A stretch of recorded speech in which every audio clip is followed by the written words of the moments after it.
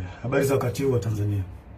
Kwa majina naitwa Captain Tesha, afisa kutoka Jeshi la Wananchi wa Tanzania katika kikosi cha Saki, kwa maana kwamba ni shule ya anga ya kijeshi. Awali ya yote napenda kumshukuru Mwenyezi Mungu, muumba mbingu na nchi, kwa kunipa uhai na afya mpaka muda huu ambapo nazungumza nanyi wa Tanzania wenzangu. Nikiwa na maumivu makubwa sana moyoni juu ya haya yanaendelea katika nchi yetu. Nimejaribu kutafakari sana mpaka muda mwingine kufikia kumshirikisha Mungu kwamba nikiwa naiona hatari kubwa sana ambayo ipo mbele yetu kama taifa.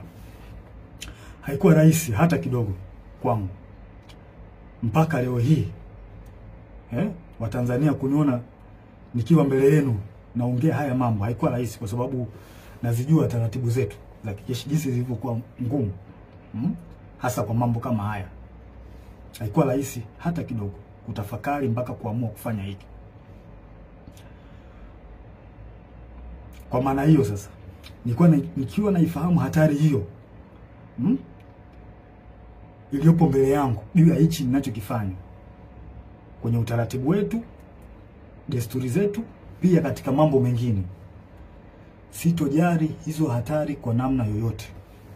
Sitomuogopa mtu yoyote, ila heshima kwa wakuu wangu itabaki pale pale.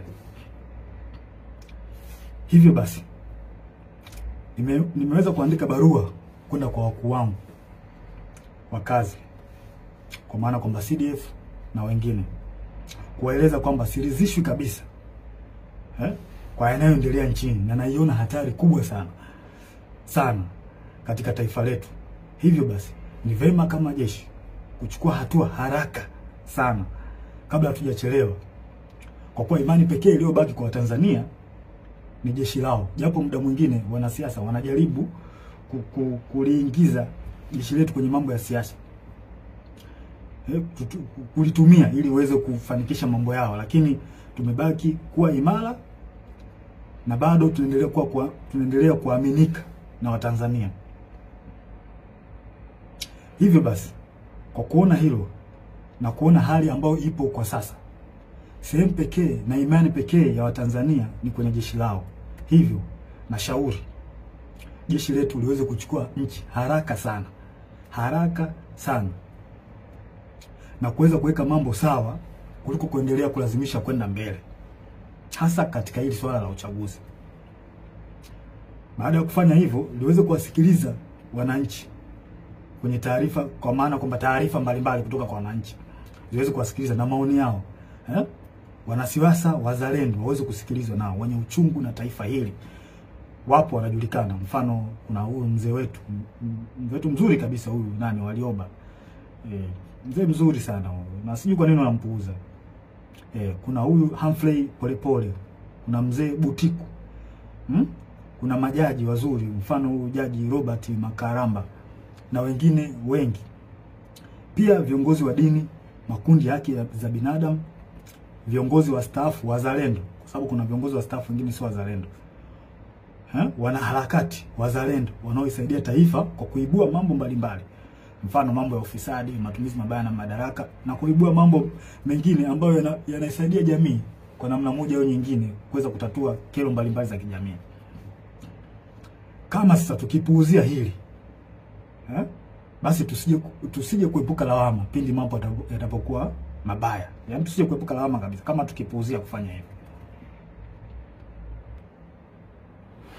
Sasa nilikuwa naomba, kabla hatujaendelea mbele zaidi, nilikuwa naomba kuna jambo moja tujaribu kuliangalia hapa.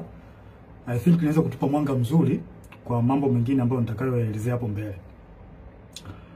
Kuna kitu kimoja kinaitwa deep state. Deep state. Nitaenda direct. Deep state ni kundi la watu wenye ushawishi mkubwa ndani ya serikali au taasisi za dola, ambazo wanafanya maamuzi ya kushinikiza sera kwa siri bila kushirikisha au kutegemea ridhaa ya umma au viongozi walio madarakani kihalali. Mara nyingi kundi hili linaaminika kuwa linaendelea kushika madaraka hata serikali inavyobadili kupitia uchaguzi wa kidemokrasia. In short, ni serikali ndani ya serikali, au kwa jina lingine unaweza kuita remote controller.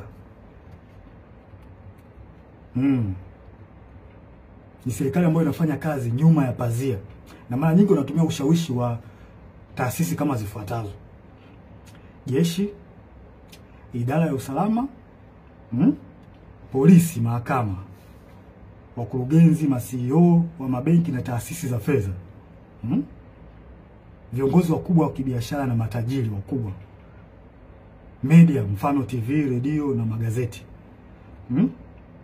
wasanii na watu mashuhuri, na muda mwingine wanaweza kutumika bila hata wao wenyewe kujijua kama wanatumika na hao deep state.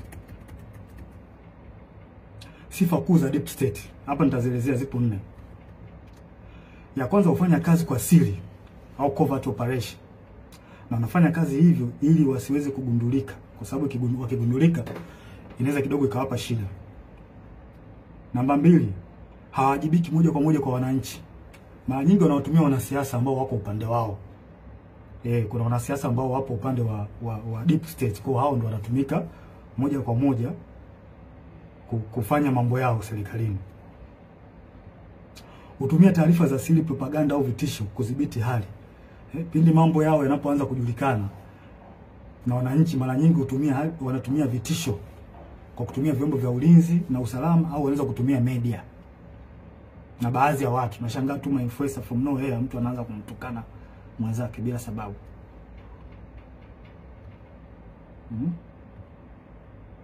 Na wanaweza kumpinga au kumuondoa kiongozi aliyechaguliwa kama hawakubaliani naye. Mfano, wananchi labda wamemchagua kiongozi fulani ambao wao wamempenda, wameona kabisa huyu kiongozi ataenda kutusaidia kutukomboa katika nchi yetu au katika jamii yetu.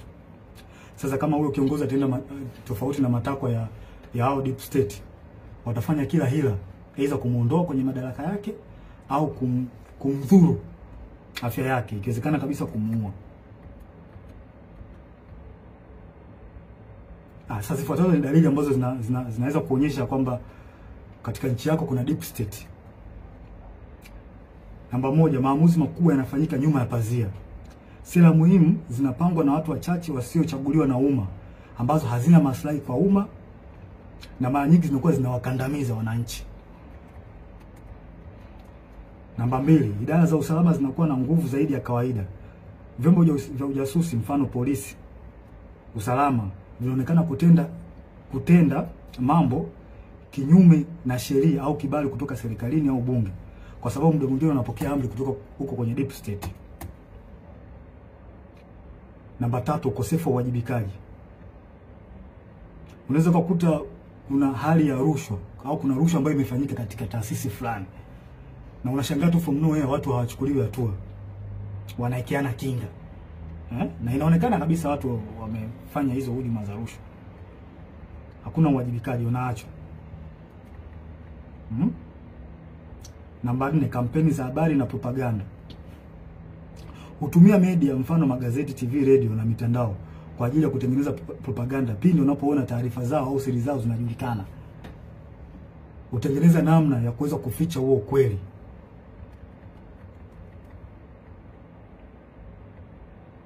Maslahi ya namba 5, maslahi ya kiuchumi na kiusalama. Watu wachache sana, mfano wafanyabiashara wakubwa, familia za kitajiri na taasisi za fedha, wanashirikiana moja kwa moja na maafisa wa usalama au jeshi. Yaani wanakuwa kitu kimoja, wanatengeneza bondi. Na pia mikopo au tenda au mikataba ya kitaifa ambayo ina faida, wanapeana wao kwa wao. Wanapeana maslahi wenyewe kwa wenyewe. Si watu wazuri hao. Namba 6, kukandamizwa kwa wakosoaji au whistleblowers. Wapiga filimbi au waandishi wa habari za kichunguzi mara nyingi wanakandamizwa, ikiwezekana kuuliwa au kudhuriwa pindi wanapotoa habari zao, pindi wanapofichuliwa.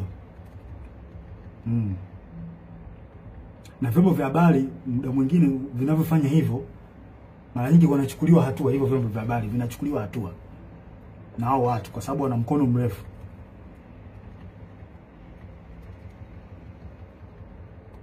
Si watu wazuri hao.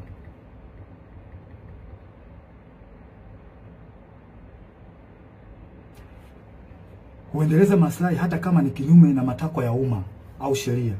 Wananchi hata mkipiga kelele vipi kuhusu hali mbaya au matatizo ya nchi, wao hawajali. Yaani wanafanya mambo kwa maslahi yao, hawajali wananchi hawa watu. Hawajali kabisa. Wanafanya mambo kwa faida zao wenyewe. Sasa kwa namna hiyo mnaweza mkaona, mkapata clear picture kuhusiana na hili jambo la deep state. Kwa mnaweza mkafanya comparison, mnaweza mkaangalia hali halisi na kinachotokea nchini kwetu. Je, hiko kitu kweli ni kipo?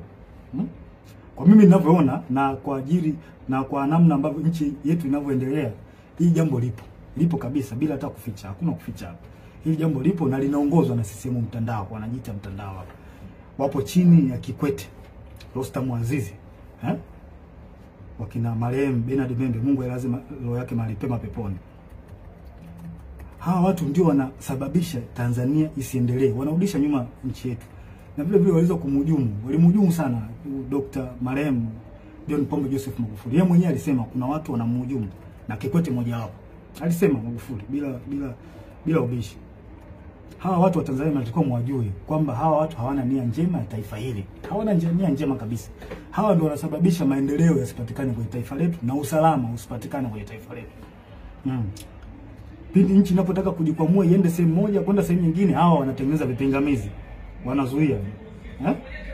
Kwa manufaa yao binafsi. Ikitokea mikataba ambayo ina manufaa kwa nchi, wao wanaingilia kati, wanaichukua wao na wanajinufaisha wao. Wananchi msitegemee kuendelea hapo. Mtapata shida. Mnashangaa tu changamoto haziishi hospitalini, dawa za wagonjwa. Hivi kweli nchi yetu mpaka ilipofikia mpaka leo hii tunahangaika na dawa za wagonjwa kweli? Hii haileti picha nzuri kwa kweli. Yaani baada ya kwenda mbele kama taifa tunarudi nyuma. Na hawa watu sio kuwavumilia. Kikwete sio mtu wa kumvumilia kabisa. Na tusione haya. Tusione haya kueleza ukweli. Tusione haya kueleza ukweli katika jambo hili. Hawa watu sio wazuri. Na kwa mujibu wa Humphrey Polepole aliweza kuelezea vizuri hili jambo. Kwamba hawa watu walikuwepo tangu kipindi cha Mwalimu Nyerere.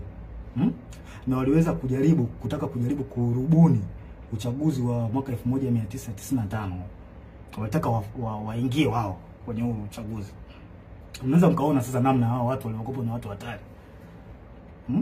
Hawa watu hawakubaliki na tusikubali kama taifa. Tusikubali kwa ruhusu hao kwa sababu hawa watu wakiendelea kuwepo, wakiendelea kushika hizi nyazi, tusitegemee kupata maendeleo. Tusitegemee kabisa. Na tuambiane ukweli wa Tanzania. Na ukweli siku zote tukiambiana ukweli, ukweli unaponya taifa. Kwa kila mtu akikaa kimya, kuogopa sijui haitosaidia. Tutazidi kurudi nyuma hata mfanye kazi vipi my friend. Mtaletewa makodi ya ajabu, mtaletewa hiki, hata faida yenyewe kwenye biashara yako hutaiona. Na ndivyo kinachoendelea hata sasa hivi. Mnajionea wenyewe. Kwa hiyo hawa watu CCM hawa mtandao sio watu wazuri. Sio watu wazuri kabisa. Wadhibitiwe. Wanalihujumu taifa. Kabisa. Wanalihujumu taifa hawa watu. Wachukuliwe hatua kali. Wadhibitiwe kabisa. Na muda mwingine wanajaribu kutafuta zile sehemu ambazo zina nguvu. Mfano kama jeshi letu. Jeshi letu still bado lipo imara sana. Lipo imara sana. Wao wenyewe wanaona hii ni sehemu pekee ambayo wanaweza wakajifichia au wakapita huko kurahisisha mambo yao. Mfano wa mambo ya uchaguzi. Wanajua kwamba wakitumia jeshi wanaweza wakapitisha mambo yao. Na hili swala sio zuri. Na mimi ningependa nimshauri afanye CDF. Awe makini sana hawa watu. Hapo. Asipokuwa makini nao tutalipoteza hili taifa. Watanzania hawatakuwa na sehemu nyingine ya kulilia. Sehemu pekee iliyobaki sasa hivi ni kwenye jeshi. Jeshi ndio sambo iko strong mpaka muda huu. Hizo sehemu nyingine, sijui mahakama, polisi. Tayari Watanzania hawaziamini na huo ndio ukweli. Tusifiche mambo hapa. Huo ndio ukweli. Tusifiche mambo. Hebu afande CDF naomba tuangalie kitu kimoja na wenzangu. Mnaweza mkapata tafakari kidogo hapa. Tunajua katika jeshi letu kuna watu wa aina mbalimbali. Wako wengi sana. Kuna waumini wa Askofu Gwajima. Kuna watu ambao pia walikuwa wanampenda Magufuli. Kuna watu ambao pia ni waumini wa Roman Catholic. Na ambao pia wamesikitishwa sana na kupigwa kwa huyu padri wao Father Kitime. Kuna watu pia ambao ni watu ambao wanapenda haki, wanachukizwa tu na mambo ambayo yanaendelea nchini. Wapo kwenye jeshi letu, wapo watu wengi wazuri, wapo Pia tuna watu ambao ni kabila la Kimasai ambao pia wameumizwa sana na swala ambalo linaendelea huko kwa ndugu zao, ikiwemo na wao wenyewe kuondolewa kwenye hii Ngorongoro na Loliondo, kufukuzwa. Wapo kwenye jeshi letu wa Masai, wapo wapo wengi sana. Pia kuna askari ambao ni ndugu jamaa na marafiki na watu ambao waliotekwa na kuuawa. Wapo ambao wana undugu au na urafiki, wapo wapo wengi. Sasa hebu tutafakari kitu kimoja. Sasa kama hawa watu wapo na kwa namna moja au nyingine wameumizwa na haya ambao au wameathirika kwa namna moja ama nyingine na baadhi ya matendo ya serikali, kwa mfano kama kupigwa kwa Faza Kitima, au Katoliki ambao ni askari watajisikiaje? Kufungiwa kwa kanisa kwa la Askofu Gwajima, au waumini ambao ni askari kwenye jeshi letu watajisikiaje? Au wa Masai, maafisa na askari ambao ni wa Masai wamefukuzwa Ngorongoro huko ndugu zao, au ongezekana wao wenyewe, watajisikiaje? Au askari na maafisa ambao ni wapenda haki, wanapenda tu kuona kwamba nchi inaenda katika misingi ya haki, wakiona haya yanayoendelea nchini watajisikiaje? Sasa vipi sasa ikionekana kwamba hao wanasiasa wanajaribu kulazimisha jeshi litumike kuwanufaisha wao, hasa chama tawala? Hawa watu hawa watajisikiaje? Watahisi vipi wakati chama tawala hicho ambacho kimeshika dola ndicho kilichowaumiza, kilicholeta machungu, kufungiwa kanisa, kufukuzwa kwa Masai Ngorongoro, wa Katoliki kwa Faza Kitima kupigwa? Unadhania watajisikiaje watu? Sijui mnanielewa. Kwa hiyo tujiepushe sana Afande Sidif, na kuomba mkuu wangu, tujiepushe sana kukubali au kukubaliana na hawa wanasiasa kujaribu kuweka mambo yao ya kisiasa, kututumia sisi kupitisha mambo yao ya kisiasa, kutengeneza fia kwa Watanzania. Tusiruhusu watu wafanye hivyo. Tutaligawa jeshi. Hao wanajeshi hao waliofanywa haya yote nilioeleza, wana maumivu, tunajua wana maumivu makubwa kiasi gani. Wanajisikiaje kwa ambayo yanafanyika? Au waliotendewa ndugu zao,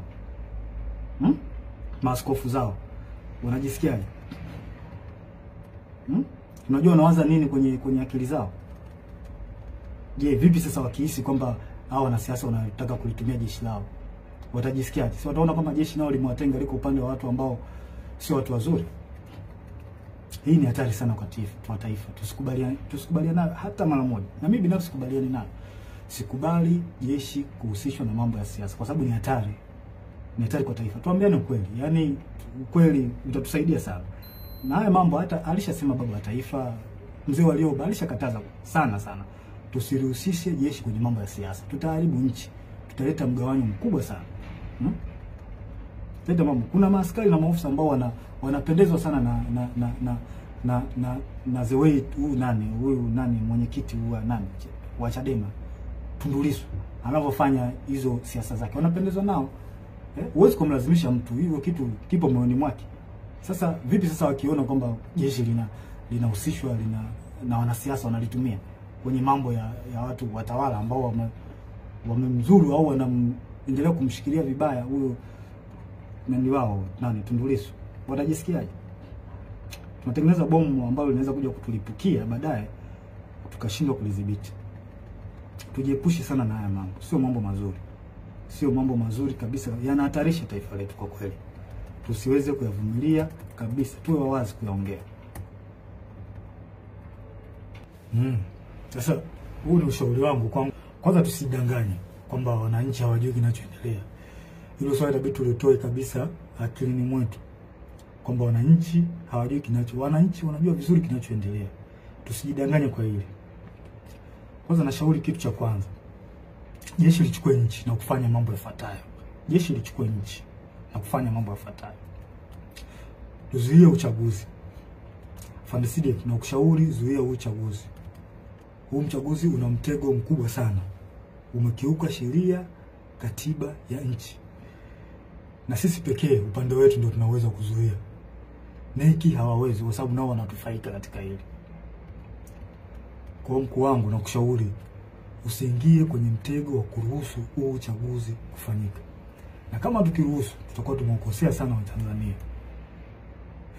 Huu uchaguzi una makashfa mengi, kashfa za rushwa, babaishaji kwenye kila sehemu, babaishaji. Sheria zinavunjwa. Hivi tujiulize, unaingiaje kwenye uchaguzi taifa likiwa limegawanyika? Hivi hatuoni haya mambo, hatuoni au tumeziba masikio yetu kwamba taifa limegawanyika?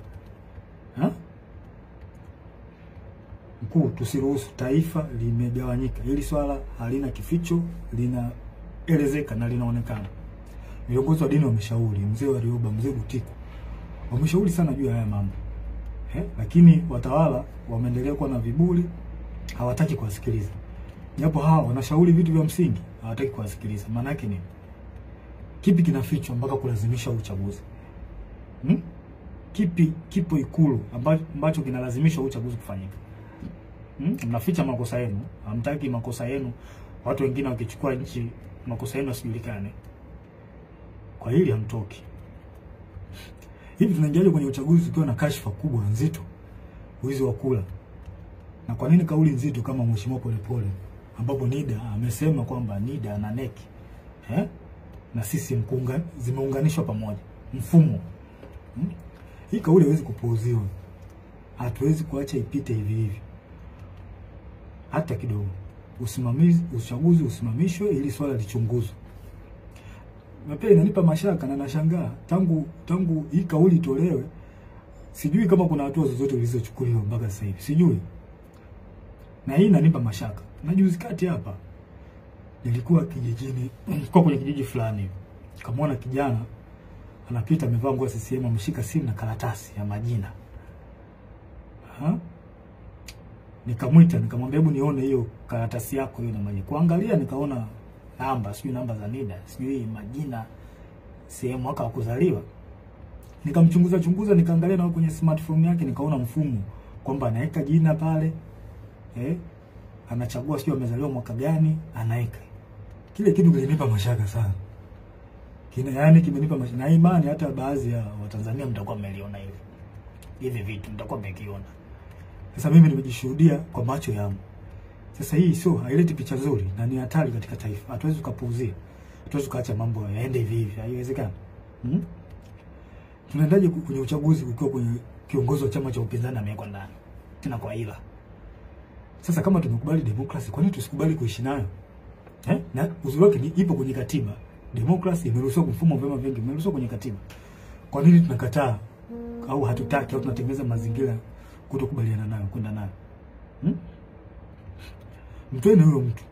Hao wenye chama chao wanataka wamtoke, huyo mtu atolewe au haki itendeke. Tusifanye mambo kioleo. Tunalipoteza hili taifa. Tukiendelea kukaa kimya hili taifa litapotea. Na mimi sipo tayari kwa hilo. Sipo tayari kabisa. Sasa tunaendaje kwenye uchaguzi tukiwa na malalamiko ya tume huru ya uchaguzi? Na hiki ndio kiburi ambacho hao CCM wanapata. Kwa sababu wanaona wanaweza kuimiliki hii tume huru. Mzee wa Rioba alishauri, mimi sio wa kwanza. Mzee wa Rioba alishauri watu mbalimbali wa haki za binadamu na wazalendo kweli hawa watu walishauri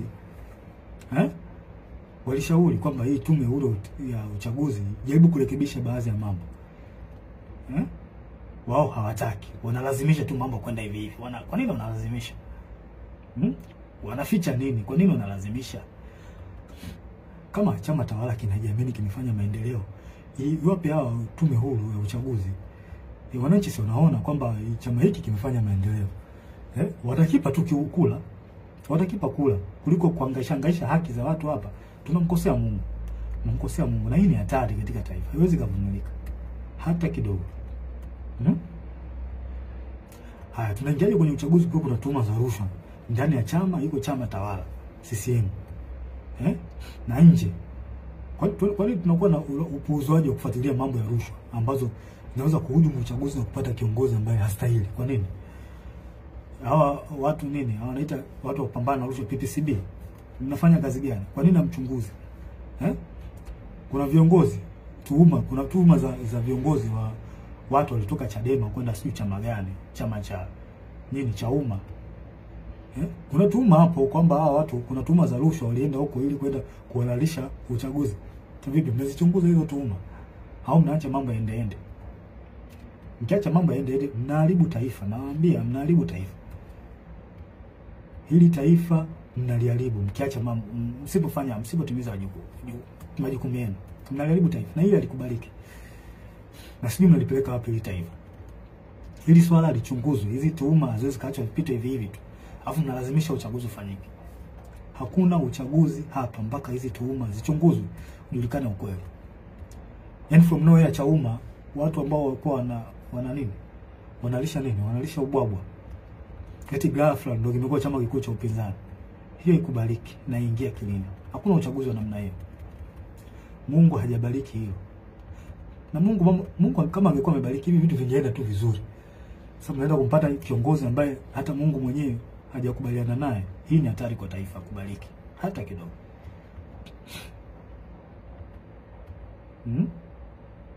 Sasa tunaingiaje kwenye uchaguzi kwa kuna uonevu zaidi wa chama cha upinzani?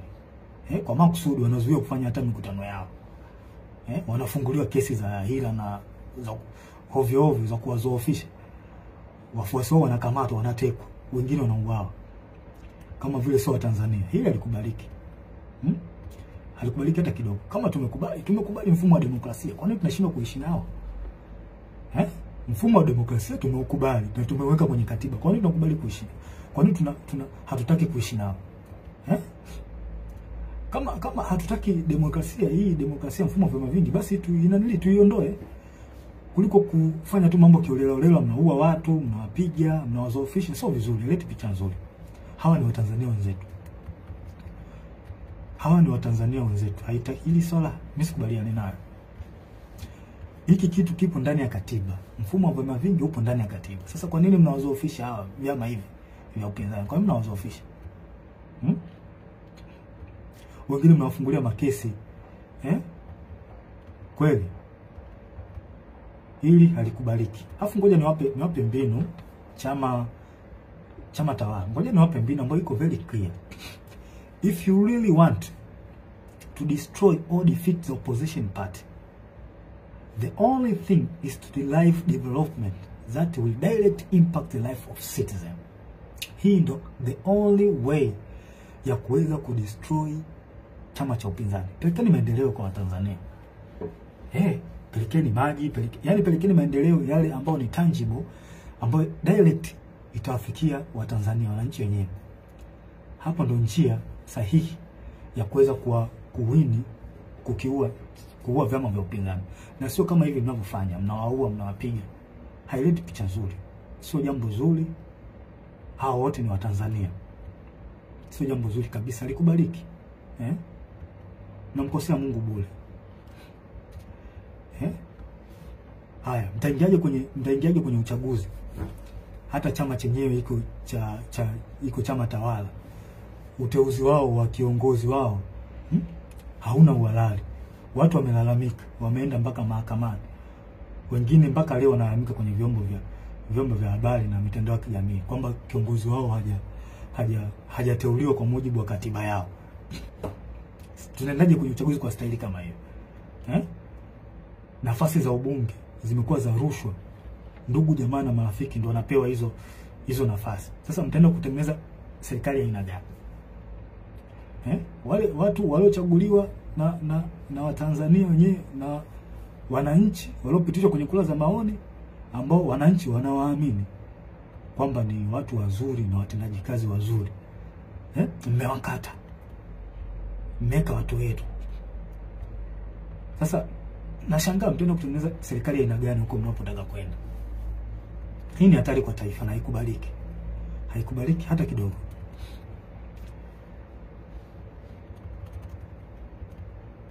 Haikubaliki na ivumiliki.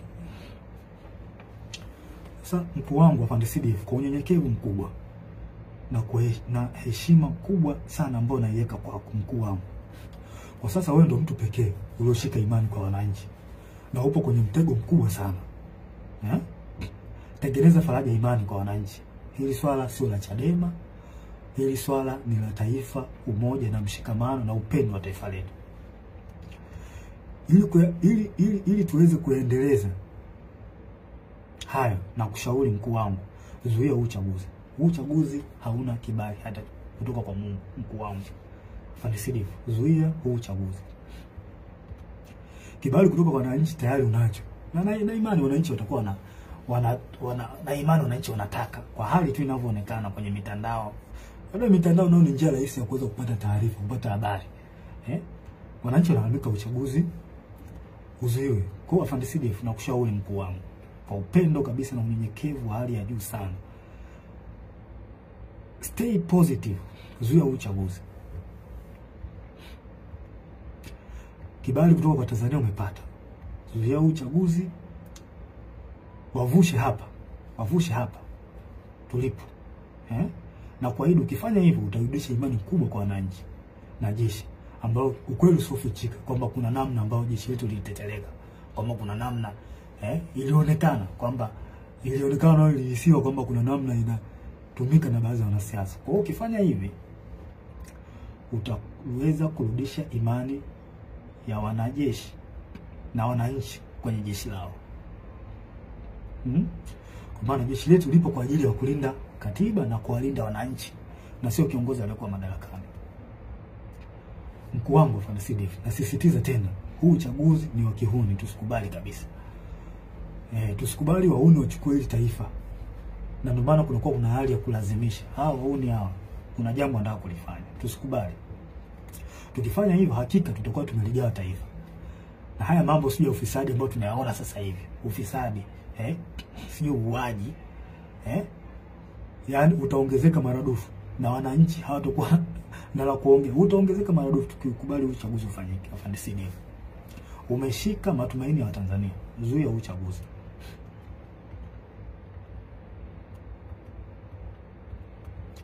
Na haya mambo hata hii kashfa hii ya kuuliwa kwa Magufuli. Tanzania hawa si ndio watumia wenyewe kwanza. Ndio hawa wanatumia. Sasa just imagine kwamba wamechukua hili taifa. Wamechukua. Nani atachunguza kifo cha Magufuli kama wao wenyewe ndio wanahusika? Nani atarekebisha mikataba ya bandari? Mikataba mbalimbali ikiwemo mkataba wa bandari. Ikiwa wao ndio wamepitisha. Mikataba migodi, makaa ya mawe. Nani ataifuatilia wakati wao ndio wahusika wakuu? Inatia mashaka sana. Nani atafuatilia ukiukwaji wa haki za binadamu? Nani atafuatilia ukiukwaji wa utumiaji vibaya wa ofisi za umma, ikiwemo wao ndio wanahusika, ikiwa kwamba wao ndio wanahusika? Nani atafuatilia? Mkuu wangu Fandesidi, tusipochukua hatua za kuzuia huu uchaguzi, basi tunaenda kupoteza hili taifa na kuwasaliti wa Tanzania. Tusipofanya hivyo, tunaenda kuwasaliti wa Tanzania. Tujiulize kwa nini wanalazimisha na kutumia nguvu kubwa katika huu uchaguzi. Kwa nini wanalazimisha hawa watu? Kuna nini wanaficha ambacho hawataki wa Tanzania wakijue hapo Ikulu? Kuna nini hiki hawa watu wanaficha mpaka walazimishe? Yaani mambo yanaenda tofauti na katiba, wao wanalazimisha tu. Tofauti na sheria za uchaguzi wanalazimisha. Kuna nini? Wanatumia marushwa, wanatumia nguvu kubwa sana mpaka kuua watu. Kuna nini wanaficha? Mkuu, kila siku wananchi wanalia kwa haya yanayoendelea nchini. Wanalia sana. Huko mitandaoni ukipita unaona. Hawana tena mahali pa kukimbilia kupata msaada. Maana kama mahakama yenyewe hawana imani nayo. Na mahakama ipo upande wa tawala.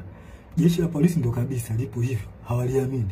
Na huo ndio ukweli usofichi. Yaani hapa ni kuongea ukweli. Tukitaka kuliponya taifa letu tuongee ukweli. Hawaliamini. Na inasemekana kwamba watekaji wenyewe hao wenyewe ndio wanahusika. Hao jeshi la polisi baadhi yao wanahusika na utekaji. Bunge nalo ndio hivyo. Most of them kule ni chama tawala. Hawaliamini. Kwa sehemu pekee ambayo wananchi wanaiamini ni kwa jeshi lao la wananchi wa Tanzania. Wananchi wanalia sana mkuu. Wanataka jeshi lao liingilie kati, lichukue nchi, kuweka mambo sawa. Ili mambo na uchaguzi uende vizuri. Sasa kwa nini tusiwasikilize hawa wananchi wetu? Kwa nini tunawapuuza? Hili ndio jeshi lao, jeshi la wananchi ndio jeshi lao hawa wananchi. Tunataka tuwasikilize. Tusipowasikiliza hawa wataenda wapi? Hawa wananchi wataenda wapi tusipowasikiliza? Je, tunataka waingie mtaani wenyewe wakapambanie nchi yao? Kama sisi hatutaki kuwasikiliza wananchi. Na wananchi hao ndio wenye jeshi lao. Kwa hiyo tunataka maana yake ni kwamba tunawataka hao wananchi waingie mtaani wenyewe wakajikomboe, wakachukue nchi yao. Kwa hiyo tunataka hiyo. Mkuu, tusipowasaidia tutakuwa tumefanya usaliti mkubwa sana kwao. Na mimi daima, mimi Captain Tesha, nitakuwa upande wa wananchi. Hili naliongea bila kificho, bila kuogopa mtu yoyote. Nitakuwa upande wa wananchi. Watanzania tambueni, kama jeshi lisipoingilia kati, basi jueni wanajeshi wengi wapo upande wenu. Tambueni hilo. Wanajeshi wengi hawakubaliani na kinachoendelea nchini. Wapo upande wenu.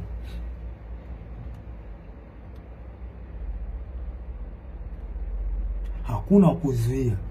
Hakuna kuwazuia tena. Nendeni mkadai haki yenu ya kikatiba, wala msogope.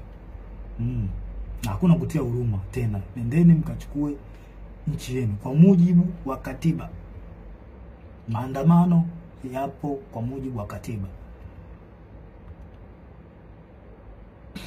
Na haya mambo hata baba wa taifa aliongea, Mwalimu Julius Kambarage Nyerere. Tusikubali wahudi waichukue nchi. Tukiwa wazembe, wapole, wauni watakuja kuwatawala. Kwa hiyo tusikubali.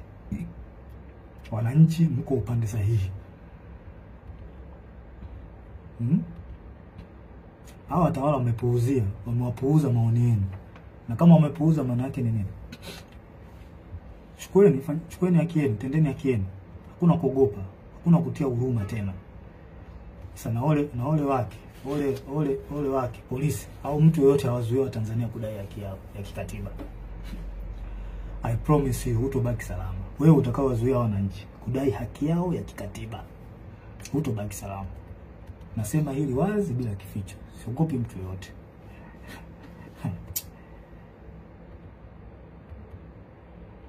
Ngoja niwaambie tu ukweli. Mimi napenda sana kuambia ukweli, hasa katika mambo critical kama haya, mambo ambayo yanahusu nchi. Mimi napenda sana kuongea ukweli. Yaani nyinyi watawala, msijidanganye kwamba mkipuuzia hali hii. Mkipuuzia hali hii kwamba msijidanganye kwamba mambo yataseto.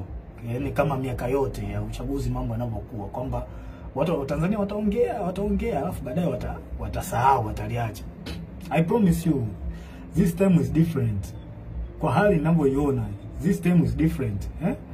Hiki kipindi ni tofauti na nyakati nyingine zote. Wazungu wanakuambia, wana kauli yao, wanakuambia what brought you success yesterday does not guarantee victory tomorrow. Njia ambazo ulizozitumia wewe kupata success kipindi kilichopita, usitegemee kwamba ukizitumia njia hizo kwamba zitakupa faida. Hapana, unapotea. Sio hivyo. Haiwezi kawa hivyo siku zote. Sasa I promise you mambo hayatakuwa mazuri. Yatakuwa yatakuwa mabaya zaidi. Life will never be this. Life will never be as usual kama mkilazimisha hili.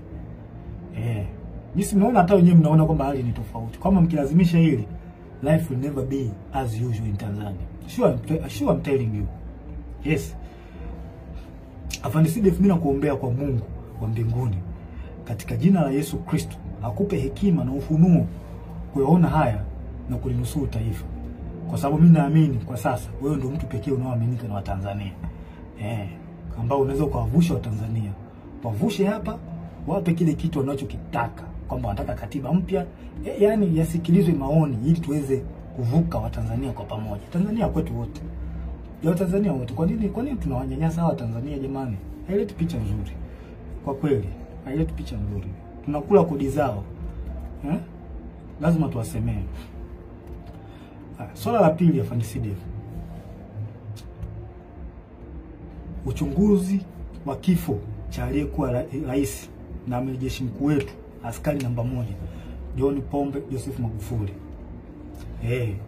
Rais Magufuli alikuwa askari namba 1 na amiri jeshi mkuu. Alikuwa kipenzi cha Watanzania. Kama sio wote basi walikuwa wengi wao, pamoja na askari. Walikuwa wanampenda sana huyu mtu.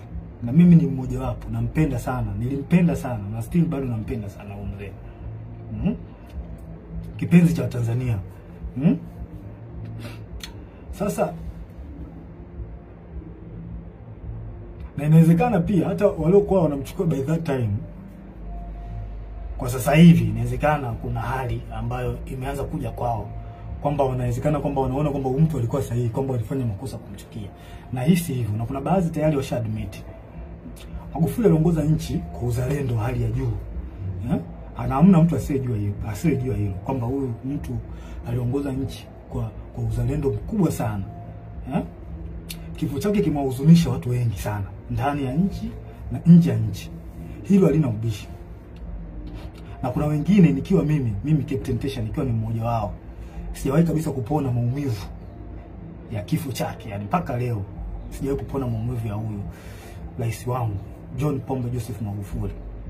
Naona sijui haya maumivu yataisha lini. Sasa kwa hali hiyo tumeweza kusikia taarifa mbalimbali. Of course hizi taarifa tuliweza kuzisikia mwanzoni kabisa kipindi cha kifo chake. Mimi nilizisikia hizi taarifa mapema sana. Ile sasa nikawa sina taarifa, sina uhakika nazo. Nilizisikia kutoka Kenya. Kuna hawa mabloggers, YouTubers, mabloggers walisema baadhi yao kwamba Magufuli ameuliwa na Kikwete. Kuna baadhi yenu hisi hizo taarifa mtakuwa mmeza. Hata kuficha vitu hapa. Kuna baadhi yenu na hisi hata hizi taarifa mtakuwa mlizipata mwanzoni kabisa baada ya kifo cha Magufuli. Umeona bwana? Sasa tumeweza kusikia taarifa ya kwamba kuna uwezekano kifo kimemsababisha na kupangwa na CCM mtandao. CCM mtandao hao wanaikao kwa watu ambao sio wajua CCM mtandao. Hao ni Kikwete, Rostam Azizi, na marehemu Mungu ailaze roho yake mahali pema peponi Bernard Membe. Hao ndio CCM mtandao ambao wanajulikana. Na wengine ambao hawajulikana. Sasa hivi tunaanzaje kupuuza taarifa za kifo chake? Tunaanzaje kupuuza hizo taarifa za kifo chake? Pamoja na kwamba zilitolewa kwenye vyanzo vingi, lakini mtu kama Humphrey Polepole sio mtu wa kumpuuza hata kidogo. Huyu mtu yani utumishi wake unaeleweka. Ameshika nyadhifa mbalimbali, sehemu tofauti. Na kwa kweli ni mchapakazi kweli. Pia kweli mimi nampenda huyu mtu kwa uchapakazi wake. Nampenda. Nataka nijifunze baadhi ya vitu, nataka nijifunze kutoka kwake. Ni mtu mzuri sana. Mtu mzuri sana. Sasa tunaanzaje kupuuza taarifa zake? Tunaanzaje kuzipuuza hizo taarifa za Polepole? Hizi taarifa zake haziwezi kupuuzwa hata kidogo. Na rais hata usalama wa taifa wanazo. Polepole ameeleza hata hizi taarifa za kuuliwa kwa Magufuli hizi, usalama wa taifa walikuwa wanazijua.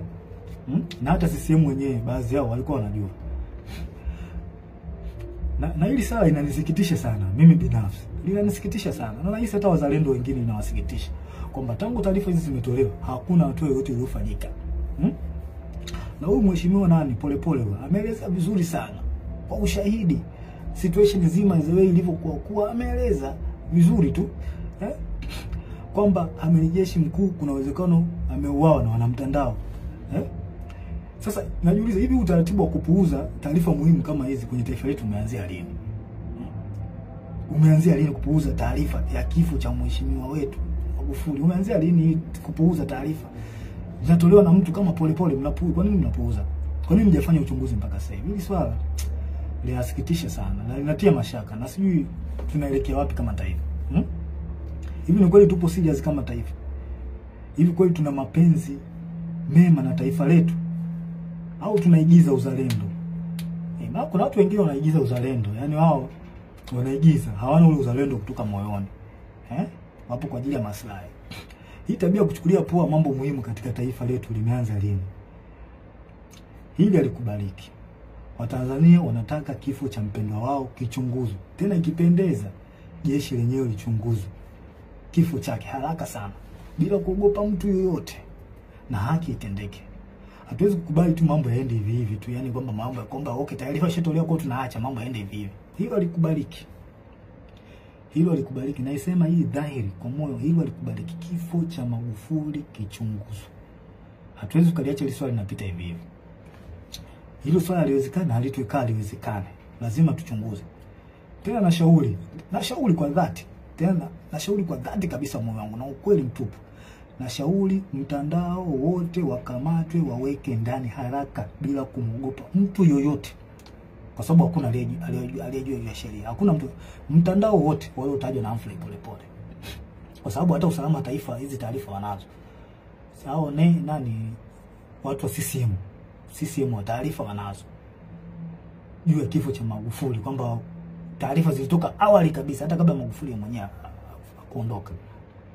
Hawa watu wakamatwe, hawa CCM mtandao wakamatwe haraka sana, yani haraka iwezekanavyo, wakamatwe waweke ndani. Kikwete na wenzake wote wawekwe ndani, wasije wakakimbia nchi hawa, yani wawaiwe haraka sana, yani nashauri haraka sana. Afande CDF, nakuomba, hii ni muhimu sana, naomba ingilia kati, haki itendeke katika hili. Kifo cha Magufuli kichunguzwe. Sasa ningependa nigusie kitu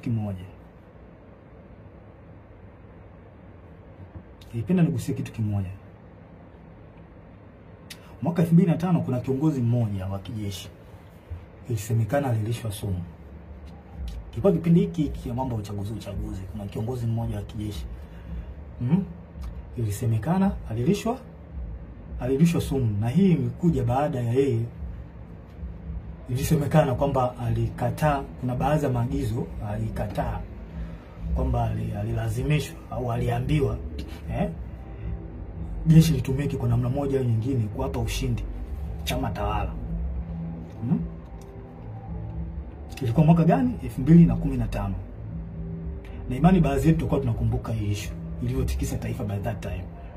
Na huyu kiongozi alikuwa anapendwa sana na wanajeshi pamoja na raia, walimpenda sana.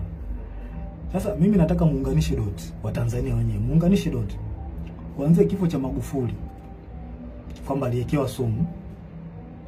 Huyu mzee Mangula huyu na ndio wa CCM, mnaweza mkachunguza. Na watu wote waliokuwa wapo tofauti kimsimamo au kimawazo na Kikwete wapo wapi mpaka kipindi hiki? Na pia ikiwezekana muweze kuunganisha doti mpaka kipindi cha Nyerere, zeni mtapata majibu, alafu mjiulize huyu mtu ndio mnataka mumrudishe madarakani. Maana hakuna asiyejua, yani kulazimisha hii issue nzima, kulazimisha uchaguzi huu.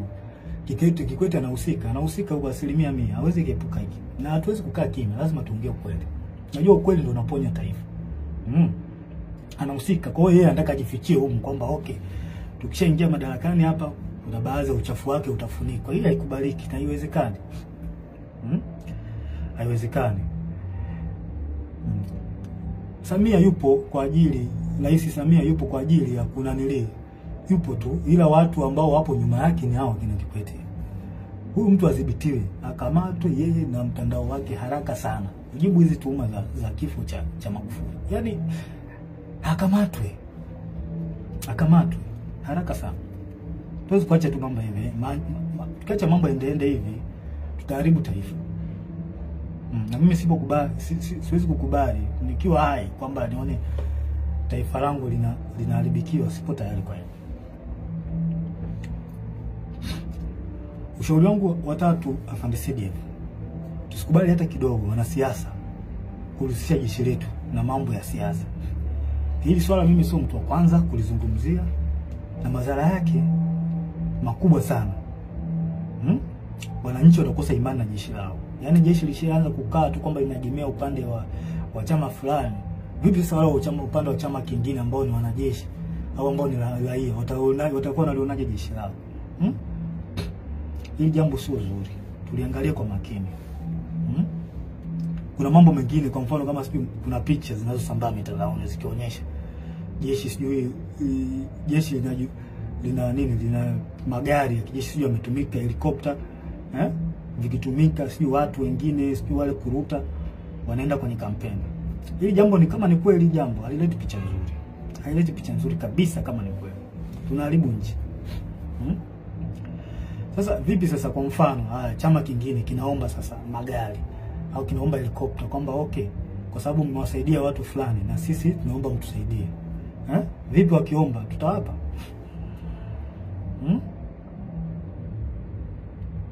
tutawapa? Okay, je, what next kama tukikataa? Na wao wanaujua ukweli. Haya mambo ndio maana Mwalimu Nyerere na pamoja na Warioba waliyakataa siasa, wanasiasa kulitumia jeshi. Sio kitu kizuri, linagawa, litakuja kugawa taifa vibaya sana. Mimi sikubaliani nao. Sababu madhara yake ni makubwa sana. Tutavunja ule umoja. Tutavunja umoja. Hao wanajeshi hao watakuwa wako hivi, hao watakuwa hivi. Hata imani kwa Tanzania itapungua.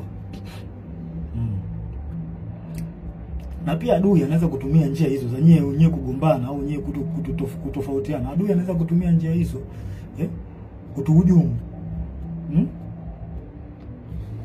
Inatokea sana. Haya mambo tusione haya kuyaongea.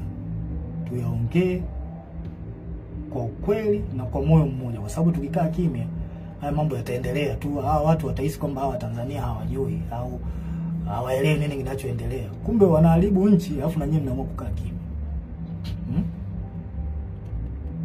Watu wema wakikaa kimya, mabaya yanaendelea kutapakaa, yanaendelea kuenea. Kuna watu wanaojua ukweli alafu wanakaa kimya. Sasa unapofanya hivyo, yani unaruhusu yale mabaya kutembea na mwisho wa siku itakuja kufikia na wewe. Kwa hiyo the best option, wewe unajiona wewe mtu mwema kwamba unaona hiki kitu hawa watu watende haki, ongea. Hata kama huwezi kuchukua action kubwa, wewe ongea. Utasaidia kupunguza yale mabaya. Haya. Ushauri wangu wa 4 kwako CDF. Na uhusiana na swala zima la rasilimali za nchi. Tumesikia kuona taarifa mbalimbali kupitia kwenye vyombo rasmi vya habari, na watu mbalimbali ambao wanaaminika, ambao hatuwezi kutilia shaka taarifa zao kwamba rasilimali zetu za taifa zinahujumiwa. Hizi taarifa na imani, hizi taarifa nyingi na imani unazo. Sasa mkuu, haya mambo sio kuwapuuzia hata kidogo. Swala mkataba bandari, ambao ndio usalama wa taifa. Bandari ndio usalama wa taifa.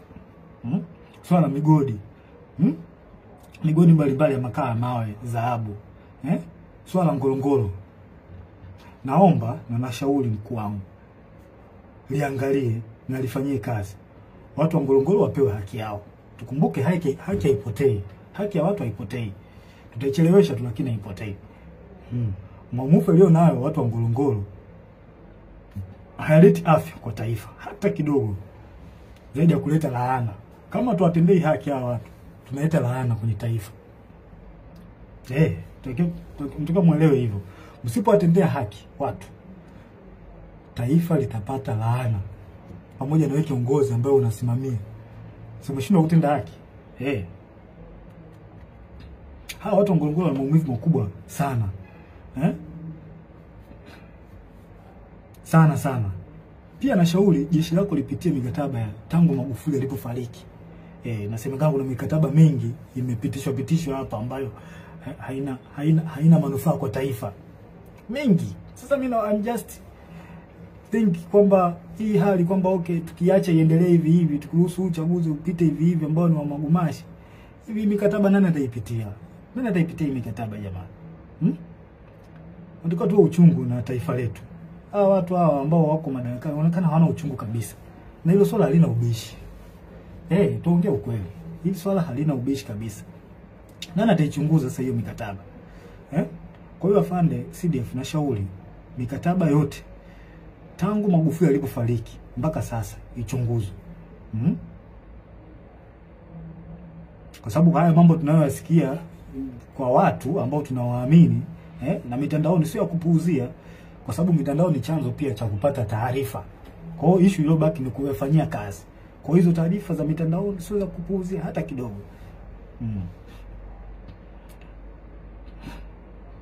Sikukuta tu kwamba tumeuza nchi. Maana tukianza kupuuzia mambo ya mikataba, tunaweza kukuta kwamba tumeuza nchi bila kujijua.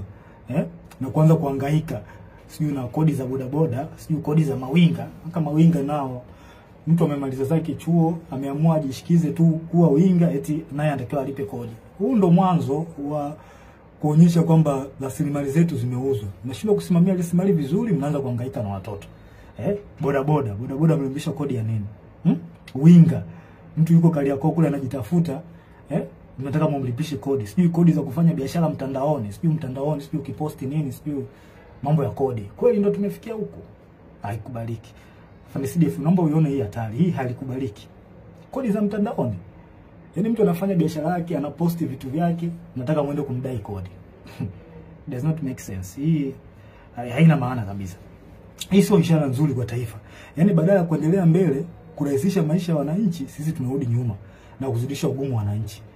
Yaani serikali inatoka ifanye maendeleo kwa ajili ya kurahisisha maisha ya wananchi. Yaani wananchi wapate unafuu, wajisikie fahari kuishi katika nchi yao. Sasa sisi ndio tunazidi kuwekea ugumu. Haya makodi ambayo hayana ajabu haya yanatoka wapi? Hii inaonyesha tumeshindwa kusimamia rasilimali zetu. Kwa hiyo Afande CDF tunashauri rasilimali zichunguzwe. Mimi binafsi sipo tayari kuvumilia haya hata kidogo. Sipo naongea hii kwa moyo wa dhati. Siogopi kitu chochote. Yaani siogopi kitu chochote. Issue kama ya kifo, kufa ndio kitu ambacho siogopi kabisa. Kwa sababu mpaka nimeamua kuwa mwanajeshi, swala la kifo nilikuwa nalijua. Kwa hiyo siogopi. Sipo tayari kuvumilia haya hata kidogo. Baba wa taifa alisema tukiwa wahoga kuyazungumza na kuchukua hatua kwa mambo haya, ipo siku taifa litatawaliwa na wahuni. Hii ni kauli aliongea baba wa taifa. Mnaweza mkaiangalia kwenye speech yake. Na baba wa taifa ndio mtu ambaye tunamchukulia kama ni mtu ambaye anatuongoza. Zile speech zake zinatuongoza taifa kuelekea katika sehemu ambayo ni nzuri kimaendeleo.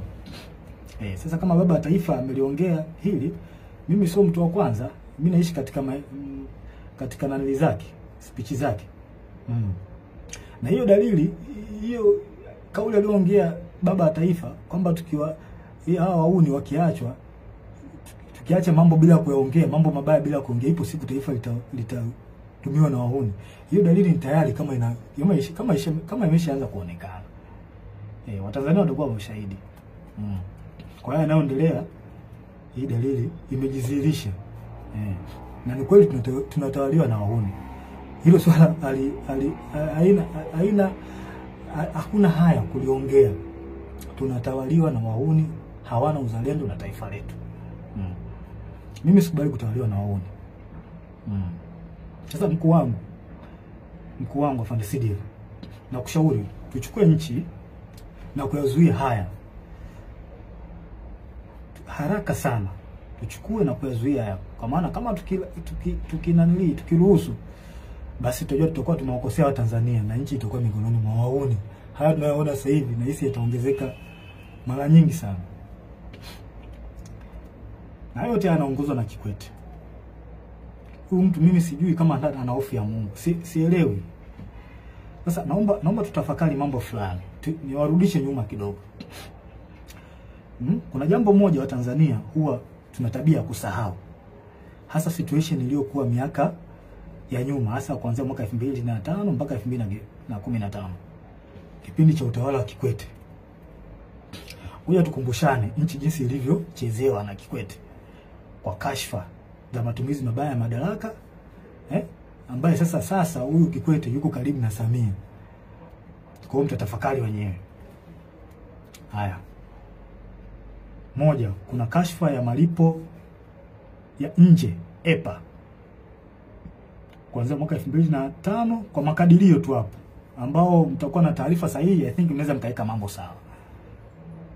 Kuanzia mwaka 2005 mpaka mwaka 2006, ambapo benki kuu BOT ilihusika. Kiasi cha fedha cha bilioni 133 zilipotezwa. Ambapo kwa taarifa Daudi Balali alihusika. Watu ambao mlikuwepo kipindi hiko na hizi taarifa mliipata. Kuna kashfa Richmond 2006 mpaka 2008, ambapo Edward Lowassa, Nazir Karamagi na Ibrahimu Msabaha, hawa watu walituhumiwa kwa kashfa hizi. Kuna mabilioni ya pesa mengi hapo yalipotea. Kuna kashfa ya Melemeta, Tan Gold na Deep Green Finance mwaka 2006 mpaka mwaka 2007. Bilioni 155 zilitumika bila uwazi. watu wamebeba hela hapo. Kipindi cha Kikwete alikuwa kiongozi. Kuna kashfa ya rada 2007. Serikali ilinunua rada kutoka Bae. Kampuni inaitwa Bae, I think iko UK. Kwa bei ya juu mno kupitia rushwa. Yaani watu hawa wauni wauni watu wabaya sana. Hawa wauni walipandisha gharama. Yaani hii kampuni ilikuwa inauza gharama ya chini, lakini wauni ambao walipewa wakaenda kufanya manunuzi ya rada wakapandisha gharama. Karibia bilioni 60, waliongezea bilioni 60. Kwenye ununuzi wa hii rada kutoka UK. Sasa kwa bahati nzuri serikali baada ya kufuatilia zile fedha ziliweza kurudishwa na serikali ya Uingereza, bilioni 60. Naona mambo haya. Haya. Kashfa ya makaa ya mawe ya Kiwila Coal Mine kuanzia mwaka 2008. Mgodi uliuzwa kwa kampuni inayohusishwa na viongozi wa juu kwa wakati huo ambaye alikuwa Edwin Lowassa na Daniel Yona. Mabilioni ya shilingi ya ununuzi wa mgodi wa mikopo. Yaani hawa inaonekana walinunua mgodi. Walinunua mgodi kwa gharama, walifanya hujuma kununua mgodi kwa gharama ya chini. Hujuma hizo. Kuna kashfa nyingine ya shirika la ndege la Tanzania ATCL 2008 mpaka 2010. Mabilioni ya pesa ya hasara kwa shirika. ATCL iliingia mkataba mbovu na South Africa Airways. Pia mikataba ya kukodisha ndege kwa gharama kubwa. Unaona mambo haya. Kashfa ya TTCL na ZTE mwaka 2008 2010 ambapo TTCL iliingia mkataba na kampuni ya Kichina uliokuwa na gharama kubwa na usio na faida kwa taifa. Kiasi cha fedha bilioni 70 zilipotea. Kashfa nyingine ni kashfa ya bandari na TICS 2010 mpaka 2015. Mamia ya bilioni yalikuwa yanapotea kila mwaka juu ya rushwa, upotevu wa mapato, mikataba mibovu kati ya TPA na waendeshaji binafsi wa bandari. Kashfa nyingine ni kashfa ya gesi ya Mtwara 2012 mpaka 2013. Rushwa ya mabilioni ya dola yalifanyika kwenye mkataba. Hii ilipelekea maandamano makubwa Mtwara na baadhi ya watu kupoteza maisha. Kashfa nyingine ni kashfa ya Tegeta Escrow 2014. Mitambo ya umeme IPTL PA. Fedha zilikuwa katika account ya escrow ya benki kuu zilichukuliwa na kugawiwa kwa watu binafsi, makampuni na viongozi wa kisiasa. Kuna viongozi hapa waliokuwepo kwenye hii kashfa, kuna Sospita Muhongo na viongozi wengine waliohusika. Kashfa NCCF na Kigamboni New City 2012-2014. NCCF iliwekeza katika mradi mikubwa ya ujenzi ikiwemo mradi wa Kigamboni New City bila uwazi na kwa gharama kubwa. Billions of money zilipotea kwenye hii kashfa. Kashfa nyingine ni kashfa ya bandari ambao wengi wenu, bandari ya Bagamoyo ambao wengi wenu mmeisikia. Hizo ni kashfa kubwa. Ingawa zipo nyingi lakini hizi ni baadhi. Hizi ni kubwa ambazo zilikuwa kipindi cha utawala wa Kikwete. Huyo mtu ambaye sasa hivi yupo karibu sasa na Rais Samia. Pia kuna kashfa ndogo za kipindi hicho. Kuna manunuzi ya magari ya mawaziri na viongozi, magari ya kifahari 2006 mpaka 2011. Yaani kuna magari ya kifahari yalinunuliwa ya mawaziri na viongozi kwa wakati huo. Kuna ubadhirifu katika miradi ya maji ya vijijini mwaka 2009 mpaka 2013. Baadhi ya miradi ilipokea fedha nyingi lakini haikukamilika. Hili hata Magufuli aliongelea. Mikopo yenye utata kupitia benki za serikali kama TIB na benki ya kilimo. Na baadhi walionufaika walikuwa wana ushawishi kisiasa. Yaani wanasiasa walijinufaisha kupata mikopo kwenye hizo benki. Ufisadi katika mikataba ya ujenzi wa barabara na madaraja. Gharama zilikuwa zikipandishwa kiholela. Kashfa ya manunuzi ya sare za jeshi la polisi. Angela Kiziga alihusika. Sasa hizo ni kashfa ambazo zilikopo kipindi cha Kikwete, huyu mtu ambaye yuko sasa hivi yuko na Mama Samia, yuko karibu naye sana. Nadhani mnaweza mkawa na picha fulani. Sasa basi, kwa baadhi ya watu ambao mlikuwa mmesahau haya na ambao mlikuwa hamjapata akili, hii ndio awamu ambayo Kikwete alikuwa kiongozi. Na kashfa nyingi hapo mtandaoni, na kashfa nyingi hapo wana mtandao walihusika kwenye hizo kashfa hizo. Kwa hiyo mnaweza kutafakari wenyewe na kupata majibu kwa hizi kashfa. Tena hizi ni chache, zipo nyingi sana. Kashfa za awamu ya 6 ambazo kipindi cha mama, na imani mmezisikia. Mmezisikia, nyingine mmezishuhudia na mnaziona mpaka wakati huu. Kashfa za mama. Tusifiche mambo. Unajua tukitaka kuponya taifa, mimi kila siku mimi nitakuwa naongea. Tukitaka kuponya taifa, tuongee ukweli. Ukweli unaponya taifa. Hamna kuficha mambo hapa. Nilikula kiapo cha kusema ukweli. Mimi nitasema ukweli, hata kama unawaumiza, nitasema ukweli. Kashfa za awamu ya 6 mnazisikia. Kila siku zinapostiwa. Polepole, mheshimiwa Polepole. Tena Polepole anajitahidi sana kueleza Watanzania. Mimi yani, hebu msikilizeni huyo mtu. Huyo mtu anawasaidia. Msikilizeni. Ameeleza makashfa nyingi, mama mfisadi ya mtoto wa nani? Mtoto wa rais. Mtoto wa rais tulitegemea uwe mfano kwa vijana wa Tanzania. Kuwa mtu ambaye una tabia nzuri. Una mwelekeo mzuri. Lakini mtoto wa kiongozi ndio anakuwa mtu mwenye kashfa. Haileti picha nzuri kwa taifa, na ni aibu. Ni aibu kwa mheshimiwa rais. Mtoto wako kuwa na kashfa. Ni aibu. Aibu sana.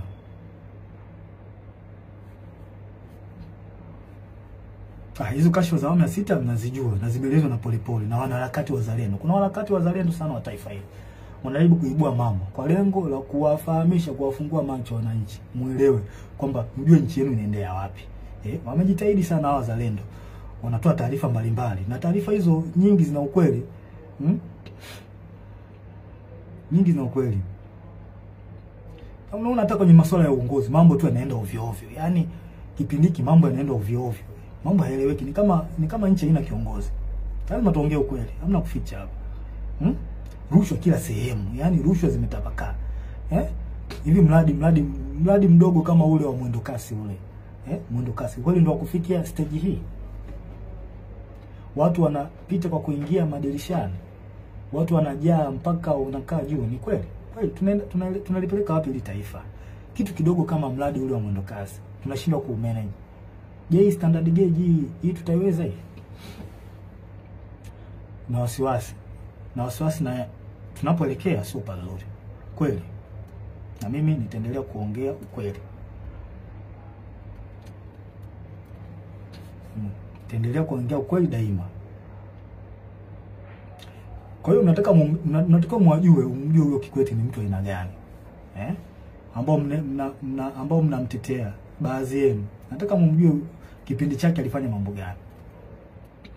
Hawa watu hawafai kabisa. Hawana uzalendo wala uchungu na Tanzania. Nyie ambao mpo gizani mpaka sasa hivi hamyaoni haya. Naomba kwa Mungu mpate ufunuo tu muweze kuyaona haya. Ushauri wangu wa 5 kwa CDF. Afande CDF, na kuomba kwa hekima kabisa, watu wafuatao waweze kukamatwa, wapelekwe kwenye vyombo vya sheria juu ya tuhuma zinazowakabili. Watu hao ni huyu mtoto wa Kikwete, mtoto wa Samia Abdul Kikwete mwenyewe, rais mstaafu Rostam Aziz, Angela Kiziga, na huyu mkurugenzi wa usalama wa taifa Mumba. Wakamatwe haraka sana kabla ya kukimbia nchi kujibu tuhuma zinazowakabili. Yaani hili swala tusione haya. Kama tupo upande wa haki, tusione haya kuzungumzia hivi vitu. Hawa watu wakamatwe. Wameharibu sana hili taifa. Hatuwezi kuacha watu wachache wachafue na kuharibu taifa. Haiwezekani. Wakamatwe haraka sana bila kuogopa wala kuonea haya. Hawa watu sio kuacha hata kidogo. hawawezi kuepuka mkono wa sheria. Sio watu kuacha. Kwa haya yanayoendelea hawawezi kuepuka mkono wa sheria. Na hii inaonyesha ndio maana wanalazimisha uchaguzi. Ili wafiche uchafu wao. Inabidi tulifikirie hili swala. Kwa nini hawa watu wanaficha, wanalazimisha sana uchaguzi? Kuna vitu ambazo wanavificha. Je, na sisi tumekubaliana kuna hivyo vitu wanavyovificha kwamba tumekubaliana kwamba tuviache tu? Tunalipeleka wapi taifa? Na shauri mkuu, hawa kabla kukimbia nchi, wakamatwe haraka sana, waekwe kwenye vyombo vya sheria. Sio watu kuacha hata kidogo. Wanalazimisha uchaguzi. Kuna vitu ambavyo wanavificha hawa. Haiwezekani. Haiwezekani kabisa. Na hakuna uchaguzi. Hakuna uchaguzi wa namna hii. Hakuna uchaguzi. Tukiwaruhusu hawa watu wafanye huu uchaguzi ambao hauna haki wala kibali kwa Mungu, tunaenda kulipoteza taifa. Na tusije kusema kwamba tusije kumlaumiana baadaye. Tusije kulaumiana. Hakuna uchaguzi wa namna hii. Hakuna. Mimi wajibu wangu ni kuwalinda Watanzania. Na kuwalinda Watanzania nitawalinda kwa namna nyingi. Nitawalinda kwa njia ya kuongea, nitawalinda kwa njia ya silaha pale inapobidi. Nipo tayari kwa hilo kwa sababu ndicho kiupo changu. Na najisikia faraja kuwalinda hao Watanzania. Yaani ni faraja kubwa sana. Kubwa sana. Nawapenda sana. Mkuu, nasisitiza tena. Na sio kwamba nakupa amri, na shauri. Hawa watu wakamatwe haraka sana. Hili swala halitopita daima mpaka haki itendeke. Nchi gani tunakubali kusumbuliwa na kikundi cha watu wachache wasioitakia mema nchi? Yaani kikundi cha watu wachache kisichozidi hata 20 kinasumbua watu almost milioni 60. Kweli tunakubali kusumbuliwa na watu na wanajeshi na tukiwemo humo? Mimi sikubali. Hao watu wakamatwe ili turudishe imani kwa taifa na uwajibikaji.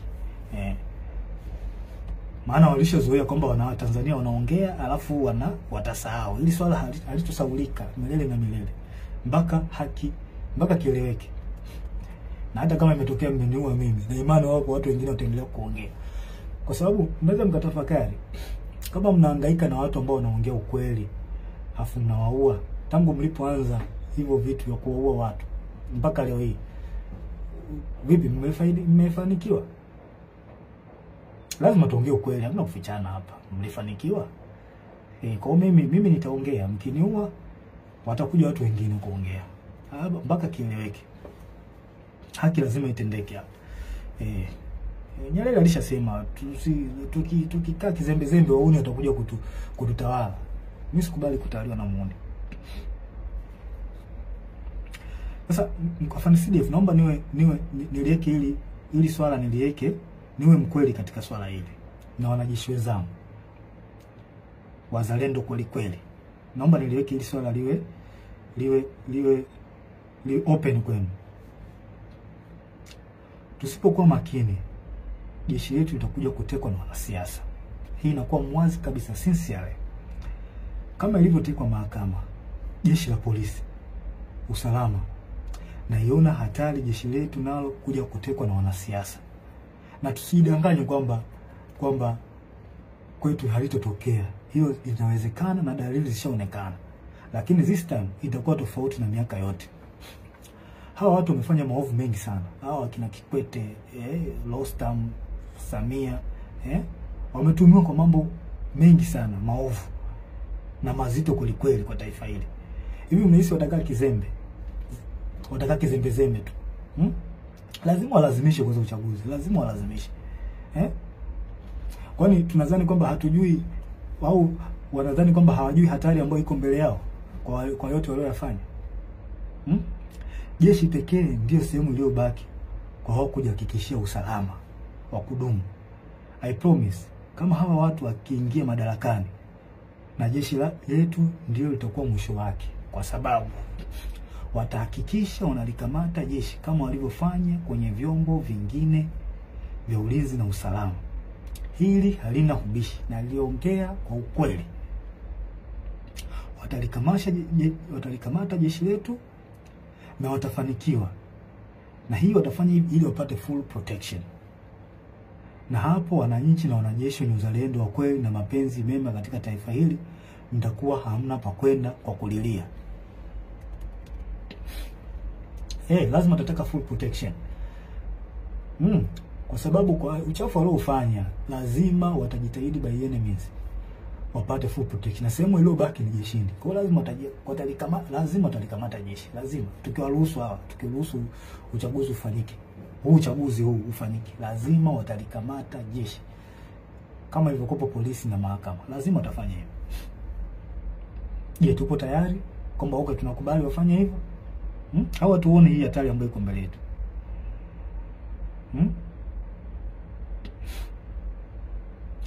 Narudia tena, jeshi pekee ndio sehemu iliyobaki wao kuhakikisha usalama wao wa kudumu. Hivyo basi watahakikisha wanalikamata effectively.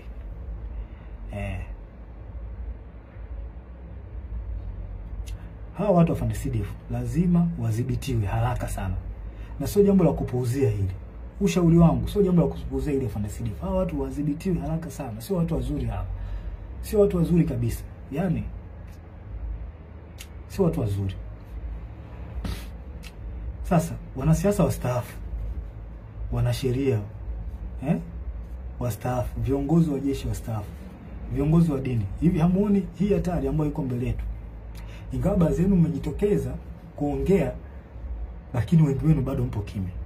Au mnadhani kwamba hili swala haliwahusu?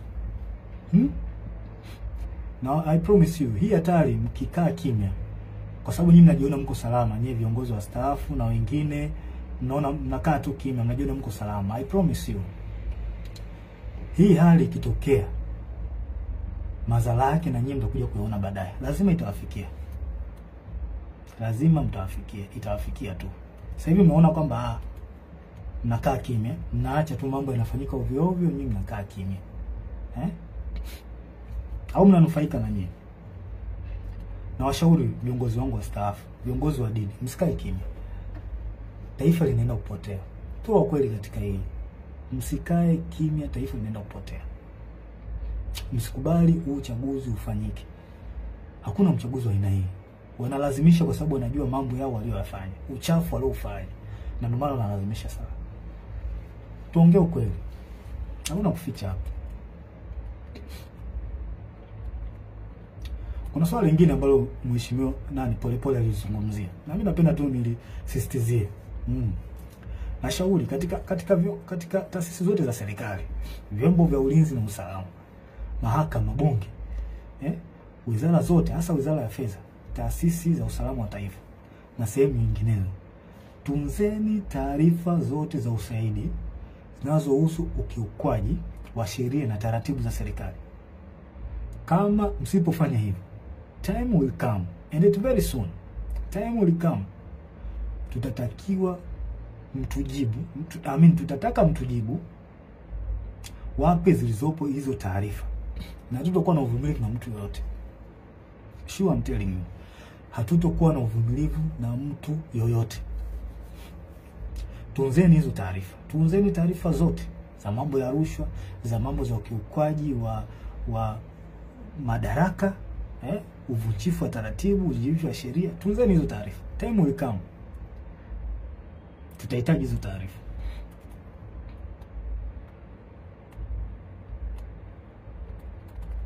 Hatuwezi kuacha mambo yanaenda hivi hivi tu kwenye taifa. Yaani sasa tutakuwa ni taifa la aina gani? Kwamba tuache tu watu wanafanya wanayofanya, tuache. Hili halitakuwa ni taifa. Tanzania inaheshimika sana. Sasa watu wachache tusikubali waliharibu taifa letu. Iko kitu hakiwezekani. Hakiwezekani mbinguni na duniani.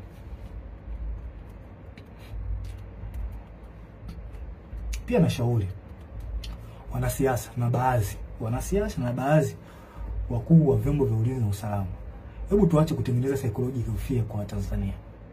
Hayo mambo yashapitwa na wakati. Tuache kutengeneza psychological fear kwa Tanzania, kutisha mara sio kupita mitaani. Hayo mambo yashapitwa na wakati. Tuwe watu wa kisasa, tuwe watu ambao tunafikiria positively. Hayo mambo yashapitwa na wakati. Uwezo kutumia njia hiyo ya miaka yote, kwa sababu ilikusaidia kipindi kile na kipindi hiki basi kitakusaidia. Tuache. Waache wa Tanzania wafanye mambo yao kwa mujibu wa katiba. Kama issue ya maandamano ipo kwa mujibu wa sheria na katiba. Waacheni wafanye haki yao.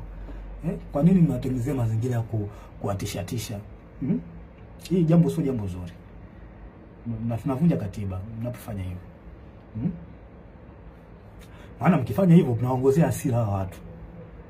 Mwisho wa siku wanakomaa, wanazoea, wanaona kumbe watafanya hivi, kumbe watafanya hivi. Kumbe wanapita mtaani wanananili. Hebu tubadilike, hili sio jambo zuri, halina afya.